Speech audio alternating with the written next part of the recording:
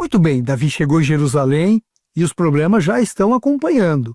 A gente acabou de ver a revolta de Seba, mas será que Davi ia deixar por isso mesmo? Não, há uma ordem aqui. O rei, diz assim no capítulo 20, o rei deu ordens a Amasa: daqui 3 dias reúna os homens de Judá. E Amasa foi cumprir a ordem, mas demorou a voltar. Davi disse então a Abisai, ou Abisai: Seba, filho de Bicre, nos atacará, e ele fará pior do que Absalão. Reúna os meus homens e vá à procura deles, antes que se refugie em alguma fortaleza da qual não conseguiremos apanhá-lo.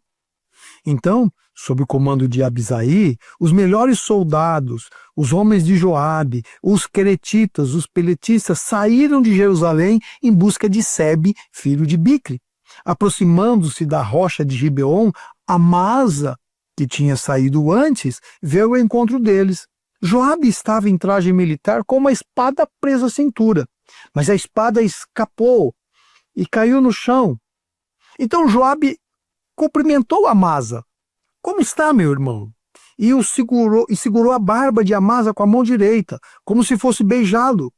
Amasa não tinha percebido que Joabe tinha uma outra espada na mão. E Joabe então enterrou a espada na barriga dele, e as suas entranhas caíram pelo chão. Não foi necessário outro golpe. Amasa morreu na hora. E depois, Joabe e seu irmão Abisai seguiram o caminho em busca de Seba, filho de Bicre. Que história! Eu não sei se você está percebendo, Amasa é o novo comandante do exército de Davi. Abisai, ou Abisai, é um dos homens de confiança de Davi. E Joabe é o ex-comandante que foi deposto por Davi. E o pior é de que esses 3 homens são primos. São filhos de 2 irmãs de Davi. São sobrinhos do rei.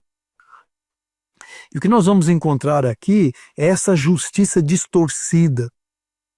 Quando a justiça apenas vai mostrando essas desavenças, esse jogo de poder dentro das famílias. Então, a história da família determina o que é certo e o que é errado. Destrói ou reconstrói. As brigas acabam comprometendo a nação. Deixa eu contar para vocês. São 3 personagens. Amasa é sobrinho do rei Davi. E ele esteve envolvido no golpe porque ele apoiou seu primo Absalão. Aliás, Absalão nomeou como o seu comandante. Ele fez guerra contra Davi e perdeu. Amasa liderou o exército. A mãe de Amasa era Abigail, uma das irmãs de Davi. Ele é primo de Joabe. Abisai, um dos melhores ou dos mais próximos soldados que Davi tem, é também seu primo. Ele é um homem de uma lealdade incrível, que se revela assim para Davi. Filho de Zeruia, uma outra irmã de Davi, eram 3 irmãos que lutavam ao lado de Davi, mas um foi morto. Então ainda temos Joabe e Abisai, ou Abisai. Joabe é um dos comandantes de Davi também. Um guerreiro que já provou o seu poder, mas já provou sua ambição política pelo poder, essa sede de controlar o rei, de controlar a casa real. Você precisa lembrar que lá no início, Azael, o outro irmão de Joabe e Abisai, foi morto, quando Davi ainda estava nesse processo de unificação da nação. Então o que nós temos aqui? 3 primos envolvidos numa trama de poder. Joabe construiu Absalão, apoiou Absalão, esperando que talvez pudesse ser o grande comandante. Absalão preferiu Amasa. E agora Joabe está terrivelmente magoado. Ele matou Absalão e agora, na sua vingança contra a sua própria casa, matou Amasa. Essa é a história. E aí, quando a gente olha para essa história, a gente pode perguntar assim: o que que a gente pode tirar de lição desse bloco? O que que dá para aprender com isso? E realmente é complicado. Tentei registrar algumas questões aqui, por exemplo, cuidado com o julgamento em família. Às vezes nós somos extremamente duros, além ou acima daquilo que é justo quando julgamos os que estão dentro de casa. Nós não fazemos isso com os de fora, mas dentro de casa a nossa tolerância é baixa, a nossa fúria, a nossa ira é maior. Cuidado! Não é incomum os chamados crimes dentro de famílias, feminicídio, filhos brigando com o pai, porque o trato é mais pesado dentro de casa. Cuidado com isso. Alguém da sua família é também um outro indivíduo que precisa ser respeitado, honrado, amado e até tolerado. O segundo desafio que esse texto me diz é a respeito do perdão. Porque parece que é muito mais fácil perdoar os de fora do que os de dentro da casa.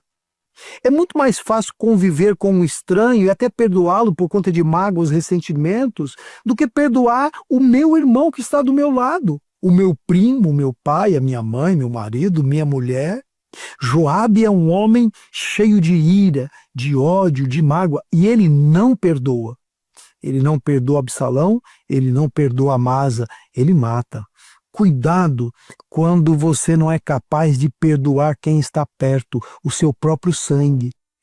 Terceira lição que este texto vai nos mostrar é de que a indiferença e a insensibilidade são características de um caráter.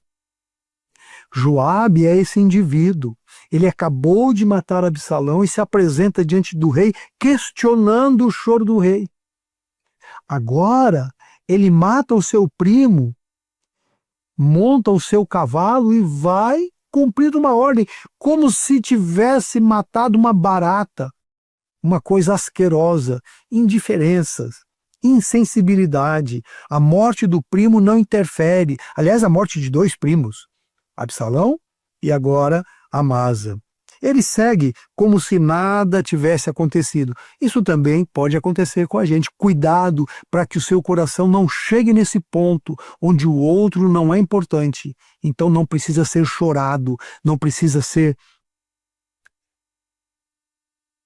respeitado.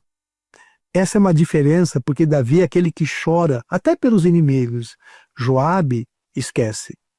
E por fim, eu preciso lembrar também que esta é uma descrição daquilo que Malaquias fala, de quando as famílias não estão convertidas, a terra sofre com maldição.